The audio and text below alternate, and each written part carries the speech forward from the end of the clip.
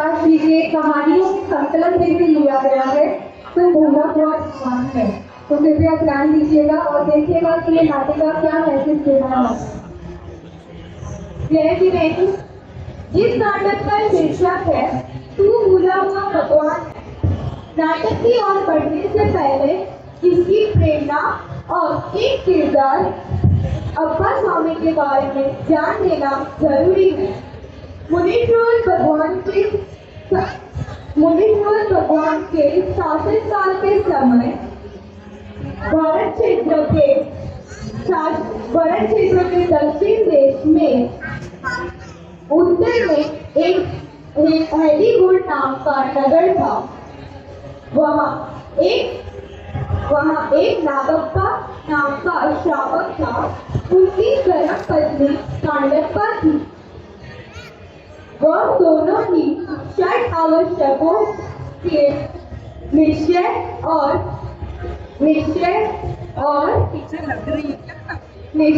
व्यवहार से पुनः पाते थे। उनके पुत्र का नाम अब्बा था। माता पिता और पूर्व कर्मों के संस्कार से उन्होंने 11 वर्ष की ही आयु में शिक्षा ले ली और वन की ओर प्रस्थान किए। वह एक बार मगध देश के घने जंगलों में ध्यान साधना में लीन थे। तभी एक वीर स्वामी कप्पू सोरे भटकता हुआ पानी और रास्ते की जानकारी के लिए अब्बू स्वामी के पास आया, परंतु अब्बा स्वामी ध्यान कर रहे और कुछ न बोले। वह एक माह तक उन्हीं घने जंगलों में भटकता रहा और पल पर जीवित रहा। फिर एक बार पुनः अब्बा स्वामी के पास आकर बैठे, पर स्वामी कुछ न बोले। वह हताश होकर जा भी रहा है कि अब्बा स्वामी बोले तू भूला हुआ भगवान है। वह यह सुनते ही हक्का बक्का रह गए और क्या सोचते हैं वो देखते हैं। ये कब से तो कुछ बोले ही नहीं और एकदम से बोले मैं भूला हुआ भगवान। पर ये तो साधक प्रतीत होते हैं और साधक बोलते ही नहीं, तो असत्य क्यों बोलेंगे। और मैं तो मनुष्य हूँ, खाता पीता रहता हूँ, लड़ता झगड़ता रहता हूँ, और इन्होंने तो मुझे मुझे देखा ही नहीं, कुछ जाने देखे बिना ही बोल दिया कि मैं भगवान हूँ। इन्होंने अपने नयन चक्षु से तो मुझे देखा ही नहीं। क्या इन्होंने ज्ञान के से मुझे देखा? और मुझे भगवान का बोलकर भूला हुआ भगवान बोला, तो क्या मैं भूल चुका हूँ कि मैं भगवान हूँ? हो सकता है, पर मानना सरल तो नहीं। हो सकता है मैं भगवान। हाँ, मैं भगवान हूँ, आत्मा हूँ, देह से भिन्न हूँ। ये मेरे इर्द गिर्द सभी जीवात्मा भगवान है। मैं भगवान हूँ दोस्तों, भगवान हूँ। रामकली सुनती हो? रामकली, तुम भगवान हो, मैं भगवान हूँ, हम सब भगवान हैं। अरे भगवान कभी पाप करते हैं? हम भी नहीं करेंगे। वे तो बड़े महान होते हैं। तो हम भी महान हैं। हाँ नहीं माना। ज्ञानी तो मानव है ना। तुम तो मेरे भगवान हो ही, जाने कोई नई बात है। ये बात नहीं है पत्नी, सच्चा भगवान। तू आत्मा है तो तू तेरी भगवान है, देह से भिन्न। देह से भिन्न हमें देखी पर जबी तो नानी की कीमत है, वो अपने दिव्य ज्ञान में देखा है। जाते का फायदा कि हम पापी मानकर पाप करत है ना, अब नहीं करेंगे। तो तुमको हमसे कोई मतलब नहीं? अरे नहीं, एक का संबंध है, थोड़ा पालन करना ही हमारा ध्रुव धर्म है। तुम अब भगवान जैसे नहीं आओगे? मुझे नहीं मालूम, बस कुछ सूझ नहीं रहा है, पाप करने का मन नहीं है, सब कसाय मंद से लागत है। कैसे एक भगवान आत्मा दूसरे भगवान आत्मा के साथ क्रोध, मान, मायाचारी और लोभ कर रखता है। तुम तो बता रहे हो वो भी नहीं है। हाँ, मुझे तो कुछ सूझ ही नहीं रहा है, बस अंतर में एक अद्भुत हो, आत्मा हूँ, भगवान हूँ, और कोई भी पाप करने की जगह भगवान की गरिमा निभाने का मन कर रहा है।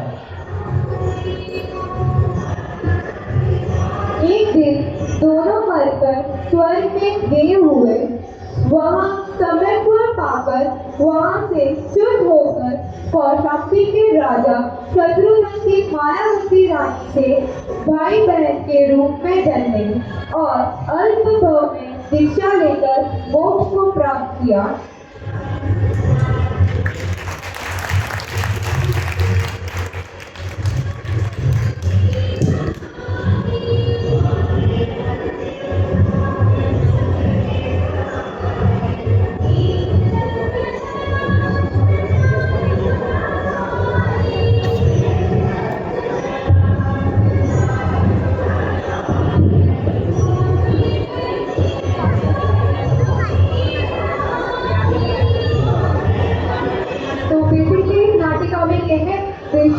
मैसेज देना चाहते थे कि हम सब लोग सोचते तो हैं, सुनते भी हैं कि हम पूरे पूरे भगवान हैं, बहुत सुनते हैं, पर वो चीज़ कैसे अपने जीवन में आ पाए।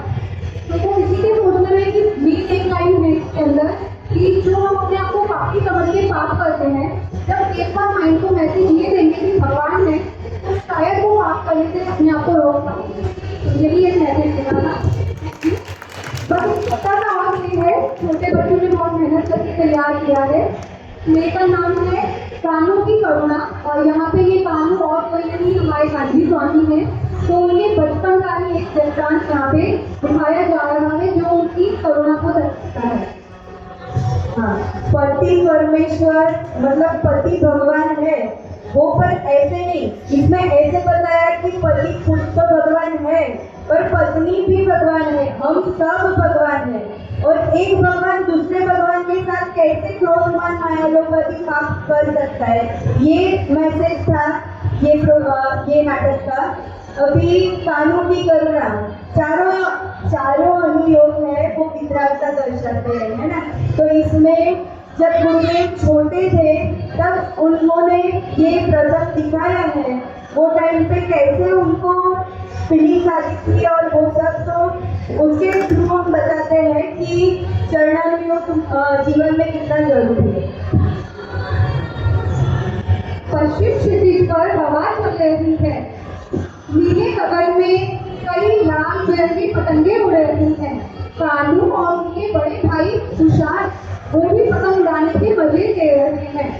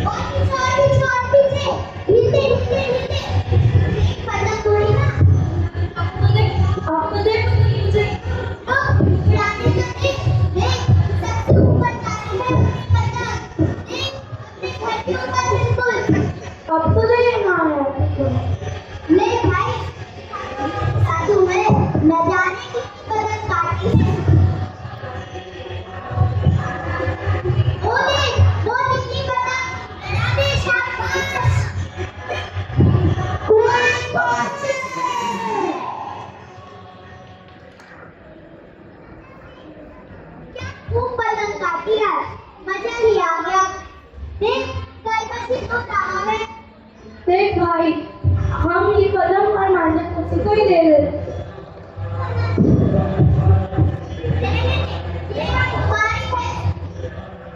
अरे देख वो रो रहा है, हम उसको रुलाएं थोड़ी, वह खुद रोने लगा।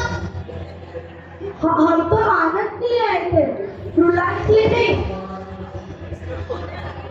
और वो भी तो आनंद के लिए आया था, वो रुलाने के लिए थोड़ी ना आया था। पतंग उड़ाएगा तो करने की ही ना, पढ़ने के बाद रोना नहीं चाहिए। सोच, अगर हम उसके चुप होते तो हमें कैसा लगेगा? बुरा तो लगता। तो चल ये इसे दे दो। ले, ये पतंग ये मत मानता। चल। ठीक है। तुम्हारी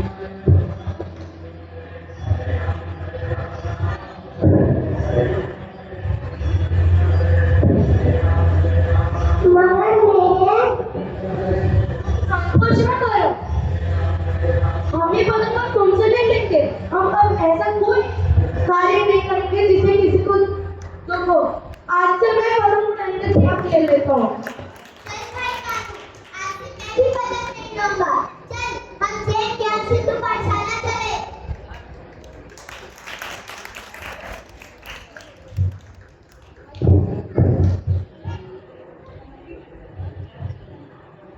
दुनिया है कानू की करुणा, दुनिया है कानू की साधना। ये तो बड़ा होकर पक्का महापुरुष ही बनेगा।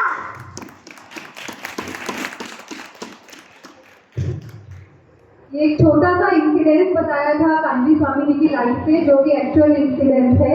जब उन्होंने फाइनली पतंग उड़ाने का त्याग कर दिया था, तो उसको आपके सामने प्रस्तुत किया है। आई होप इससे जो मैसेज मिलता होगा वो सबने लिया होगा। Thank you.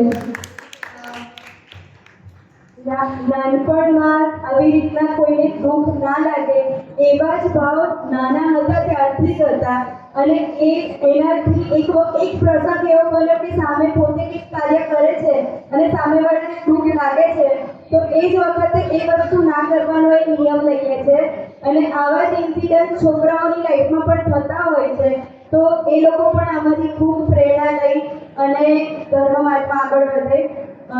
આ સાથે આજનો પ્રોગ્રામ તો પૂરો થાય છે પણ પંડિતજીને કંઈક કહી શકતા।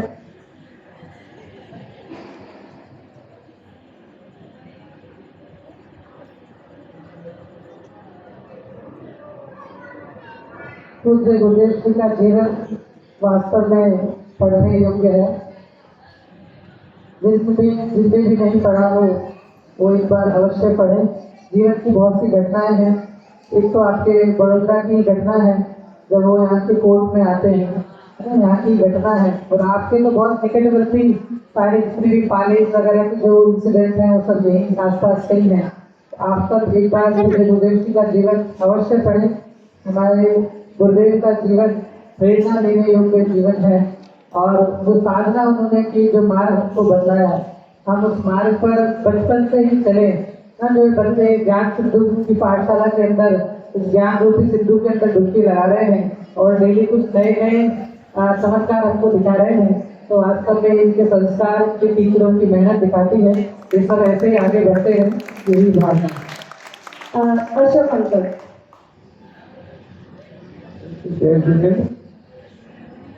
बहुत अच्छा प्रोग्राम था।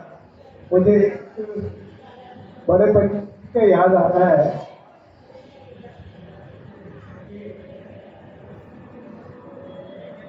सभी के आत्मा में ज्ञान तो है,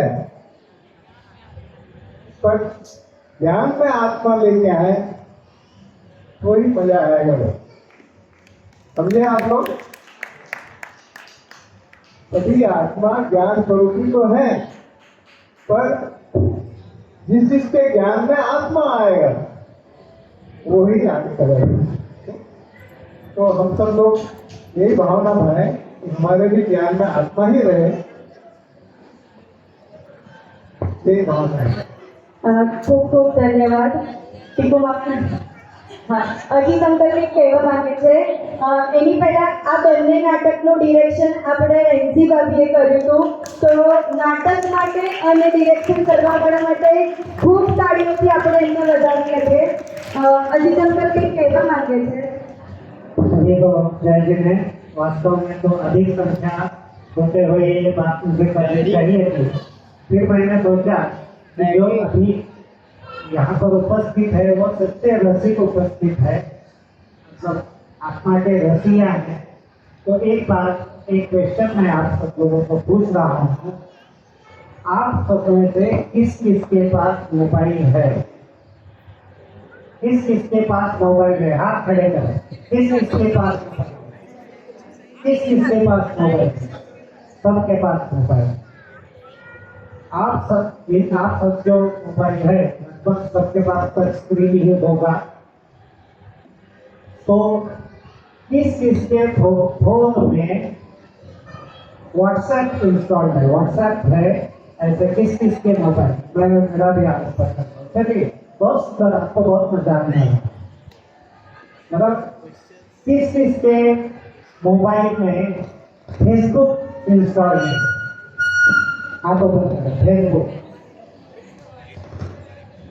किस किस के मोबाइल में इंस्टा?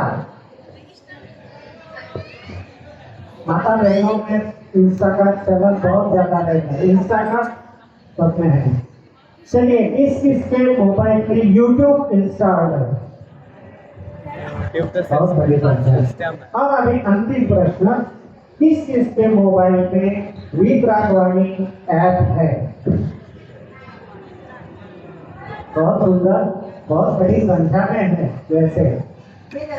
हाँ, तो हाँ इसीलिए तो जिनके मोबाइल में नहीं है तो वो पहले तो ये 10 वर्ष के नियम कर दे कि मेरे मोबाइल में मैं विप्रागवाणी ऐप जरूर डाउनलोड करूंगा, मैं डेस्कटॉप पे रखूंगा। हमारे बीच में जो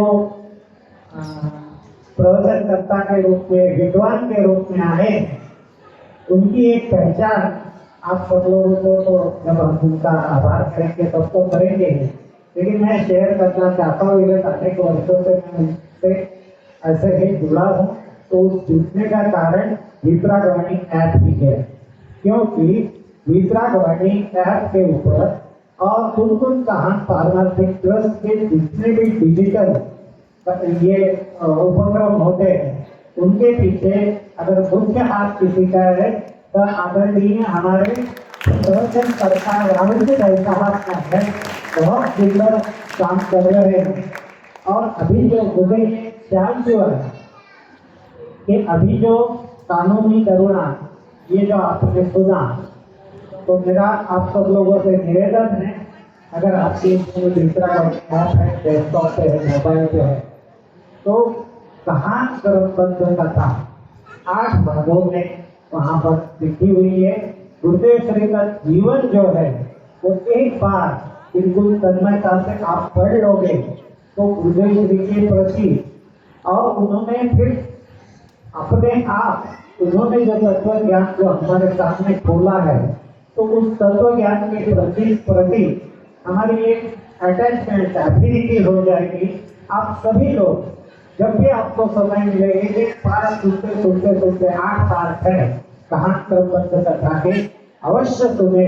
और विप्रागवाणी ऐप अपने फोन में भी डाउनलोड करें और फोन में भी डाउनलोड कराए, लोगों को भी प्रेरणा दे, क्योंकि यहाँ आपको फिंगर टिप के ऊपर आपको जो चाहिए विप्रागवाणी ऐप में आपको मिलता है। आप सुबह वॉक के लिए जाते हो तो शास्त्र ये जो है वहाँ पर भक्ति गीत के अंदर शास्त्र उपाध्याय जो है उसके पद्यानुवाद हरेक गीत की इतनी सारी उसमें फोल्डर्स है, तो आप 1 महीने के बाद ही आपका किसी का दूसरे इसका नंबर आएगा। इतना खजाना उस विप्रागवाणी ऐप में भरा है। और विप्रागवाणी ऐप डाउनलोड करके उसका आप आनंद दें।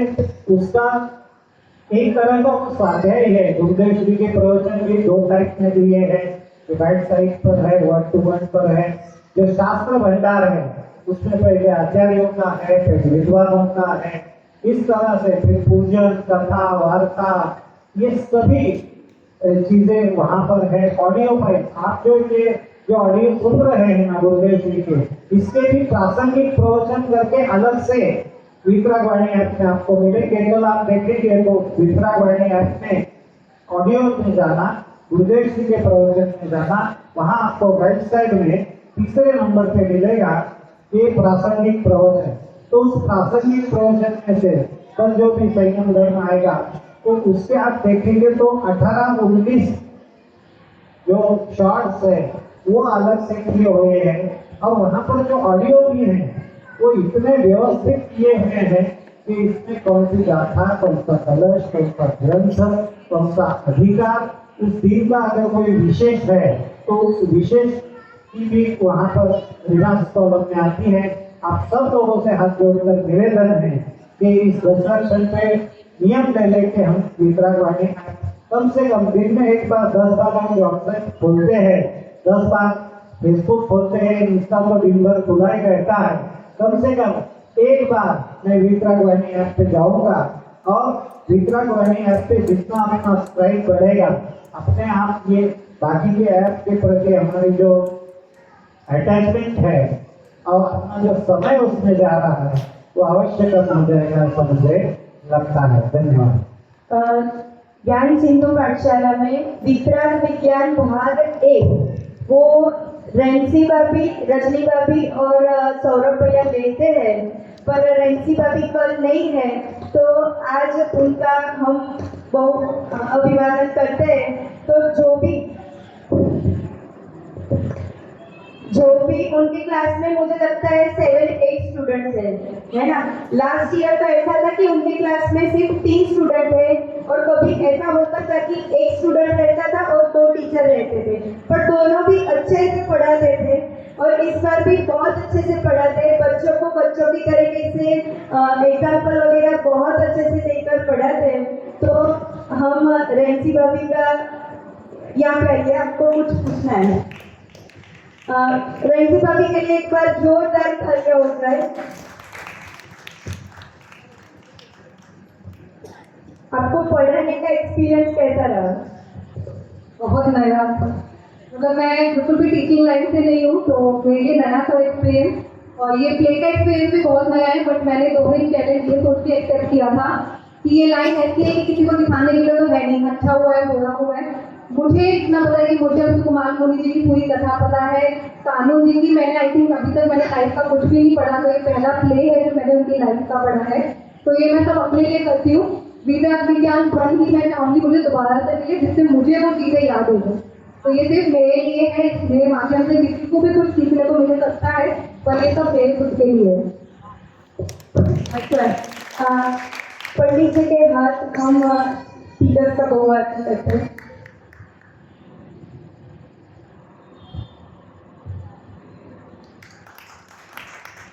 कल मिलन भाई आगे કાલે જે પણ છોકરાઓએ પ્લે કર્યો તો એમને મિલનભાઈ તરફથી 100 રૂપીસ અને રમેશ કાકા હોય તો રમેશ કાકા